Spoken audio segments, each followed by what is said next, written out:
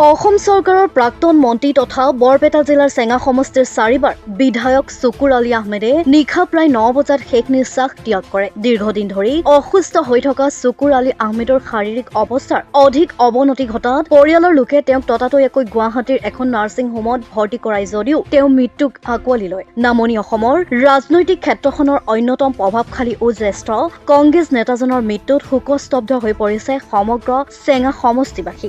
জানিব পৰা মতে আজি মচৰাস্থ নিজ বাসগৃহত তেওঁৰ জানাজা সম্পূৰ্ণ কৰা হয়।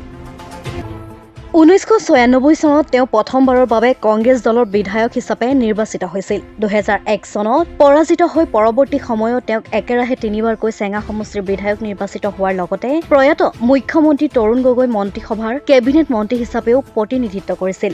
অতি অমায়িক আৰু মৃদুভাষী হিচাপে পৰিচিত আজি চুকুৰ আলী আহমেদ আমাৰ মাজত নাই। ৰাজনৈতিক জীৱনত তেওঁ এগৰাকী সাধাৰণ ব্যক্তি হিচাপে থাকিছিল। তেওঁৰ মৃত্যুত গভীৰ শোকৰ ছাঁ পৰিছে অঞ্চলটোৰ লগতে ৰাজ্যত। যোৱা নিশা গুৱাহাটীৰ এখন ব্যক্তিগত চিকিৎসালয়ত আমাৰ সকলোৰে প্ৰিয় আমাৰ বৰপেটা জিলা কংগ্ৰেছৰ এক অভিভাৱক স্বৰূপ আমাৰ নেতা চেঙা সমষ্টিৰ 4বাৰৰ বিধায়ক প্ৰাক্তন মন্ত্ৰী জিলা কংগ্ৰেছৰ প্ৰাক্তন সভাপতি চুকুৰ আলী আহমেদ ছাৰ আমাৰ মাজৰ পৰা চিৰ বিদায় ল'লে। আজি আমাৰ বৰপেটা জিলাৰ প্ৰত্যেক এজন কংগ্ৰেছ কৰ্মী খুব দুখিত আৰু আমি এনে অনুভৱ হৈ আছে যে আমি সকলোৱে পিতৃহাৰা হৈছো।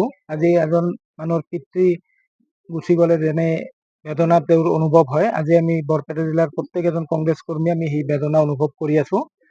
আৰু তেখেত আজি চৰৰ পৰা গৈ যেনেধৰণে অসমৰ ৰাজনীতিত এটা খুব সুন্দৰ পৰিৱেশ তেওঁ গঢ়ি তুলিবলৈ সক্ষম হৈছিল, মই ভাবো এইটোৰ একমাত্ৰ তেওঁৰ যি সহজ সৰল ব্যক্তিত্ব তাৰ বাবে এইখিনি সম্ভৱ হৈছিল।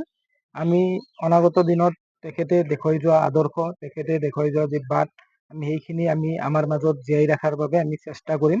আৰু তেখেতৰ বিয়োগ অকল বৰপেটা জিলা নহয়, সমগ্ৰ অসমৰ কংগ্ৰেছ লগতে অসমৰ যি সামাজিক জীৱন আছে তাৰ বাবে এক অপূৰণীয় ক্ষতি।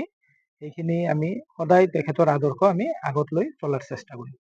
উন্নয়নত তেখেতৰ যি অৱদান, এই অৱদানে এটা খালী ঠাই হৈ গ'ল, শূন্য হৈ গ'ল। অনাগত দিনত আপোনালোকে এই উন্নয়নৰ যাত্ৰা কিদৰে আগবঢ়াই লৈ যাব? চাওক, তেখেত যেনেকৈ এই চৰ অঞ্চলৰ পৰা গৈ যি পৰ্যায়লৈ তেখেত গৈছিল ৰাজনৈতিকভাৱে, আৰু লগতে এই চৰ অঞ্চলৰ যিমানখিনি উন্নয়ন তেখেত কৰিছিল, মই ভাবো যে অনাগত দিনত সেইখিনি সম্ভৱ হয়তো হৈ নুঠিব। কিন্তু আমি চেষ্টা কৰিম যে তেখেতে যেনেধৰণে এই চৰ অঞ্চলৰ উন্নয়নৰ বাট আগুৱাই লৈ গৈছিল, আমি কংগ্ৰেছে চেষ্টা কৰিম যে আমি অনাগত দিনত তেখেতৰ সেই নীতি আদৰ্শৰে আমি এইখিনি কৰাৰ চেষ্টা কৰিম। এইটো অত্যন্ত আমাৰ কাৰণে বেদনাদায়ক খবৰ, কাৰণ তেখেত সুদীৰ্ঘ দিন চেঙা সমষ্টিৰ প্ৰতিনিধিত্ব কৰিছিলে, 4বাৰ বিধায়ক নিৰ্বাচিত হৈছিল, 2বাৰকৈ মন্ত্ৰীৰ পদ অলংকৃত কৰিছিলে। চেঙা সমষ্টিৰ বিভিন্ন ৰাস্তা ঘাটৰ পৰা অনুষ্ঠান প্ৰতিষ্ঠানৰ ৰাজহুৱা কাম কাজৰ ব্যাপক উন্নয়ন তেখেতৰ সময়ত তেখেতে কৰিবলৈ সক্ষম হৈছিলে। আৰু এইখিনিয়েই নহয়, তেখেত আমাৰ বৰপেটা জিলা কংগ্ৰেছৰ সভাপতি আছিলে। আমাৰ গোটেই জিলাখনৰে তেওঁ অভিভাৱকত্ব পালন কৰিছিলে কংগ্ৰেছ দলৰ হৈ। আমি সকলোৱে তেখেতৰ নেতৃত্বত কংগ্ৰেছ কৰিছিলোঁ। গতিকে ব্যক্তিগতভাৱে মোৰ সাংগঠনিক, তেখেত জানে যে তেখেত সংখ্যালঘু আন্দোলনৰো গুৰি ধৰোঁতা আছিলে। এসময়ত আমচুৰ সাধাৰণ সম্পাদক, উপসভাপতি পদ অলংকৃত কৰিছিলে, আমিও আমচু কৰিছিলোঁ। গতিকে সাংগঠনিকভাৱেও তেখেত আমাৰ পথ প্ৰদৰ্শক অভিভাৱক আছিলে, ৰাজনৈতিকভাৱেও তেখেত আমাৰ অভিভাৱক আছিলে। গতিকে এজন অভিভাৱক হেৰুৱালোঁ। গতিকে তেখেত প্ৰদেশ কংগ্ৰেছৰো উপসভাপতি আছিলে।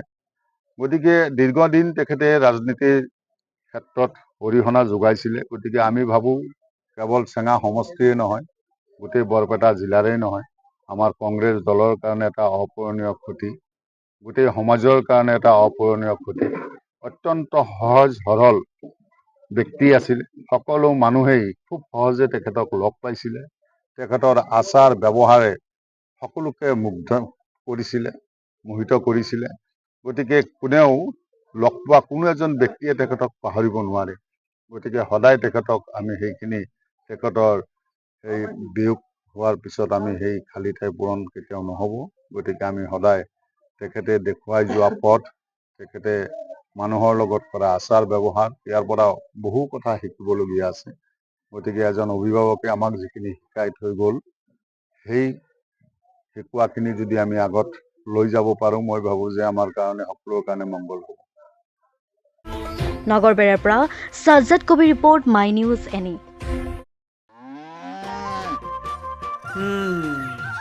মোৰ লখিমী কেইজনীয়ে ইমান বেছিকৈ গাখীৰ দিয়ে, মনটো একেবাৰে ভাল লাগি যায়। বিয়মৰ দানা খোৱাৰ পৰা মই বেছিকৈ লাভৱান হৈছোঁ। আপোনালোকেও বিয়মৰ দানা খুৱাওক আৰু এইটো বেছিকৈ লাভ কৰক।